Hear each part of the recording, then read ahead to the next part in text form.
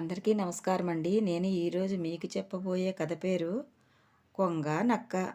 అనగనగా ఒక అడవి ప్రాంతంలో ఒక కొంగ ఒక నక్క చాలా స్నేహంగా ఉండేవి. నక్క జిత్తులు మారిది.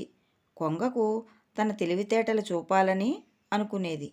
ఒకరోజు కొంగ దగ్గరకు వచ్చి, ఈరోజు నా పుట్టినరోజు, అదీగాక పండగ రోజు కూడాను, నాకు చాలా ఆనందంగా ఉంది.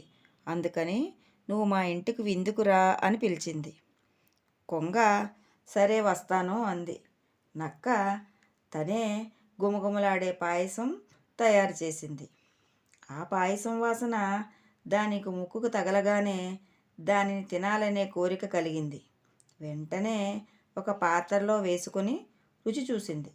అబ్బా, పాయసం చాలా బాగుంది, దీన్ని మొత్తం నేనే తినేయాలి అనుకుంది. ఈలోగా నక్క ఇంటికి కొంగ రానే వచ్చింది. కొంగను ఆహ్వానించింది. నక్క వెడల్పుగా ఉన్న ఒక పాత్రలో కొద్దిగా పాయసం పోసి అందించింది. కొంగ తన పొడుగు ముక్కుతో పాయసం తాగలేకపోయింది. ఇది నన్ను అవమానపరచడానికే ఈ విందు ఏర్పాటు చేసింది, దీనికి సరియైన బుద్ధి చెప్పాలి అనుకుంది కొంగ. కొంగను అవమానించాను కదా అని సంతోషపడింది నక్క. కొద్ది రోజులు గడిచాయి. నక్క తను చేసిన విందు సంగతి మర్చిపోయింది. ఒకరోజు నక్క ఇంటి దగ్గరకు కొంగ వచ్చింది.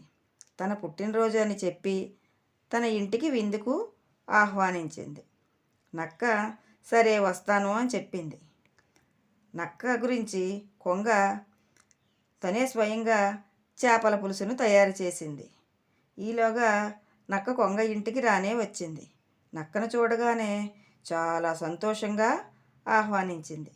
నక్కకు ఇష్టమైన చేపల పులుసును తీసుకొని ఒక కూజాలో పోసింది. నక్కకు అందించింది. నక్క ఆత్రంగా తాగబోయినా తాగలేకపోయింది.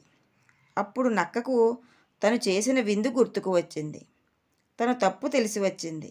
స్నేహితుల్ని ఎప్పుడూ అలా అవమానపరచకూడదని తెలుసుకుంది.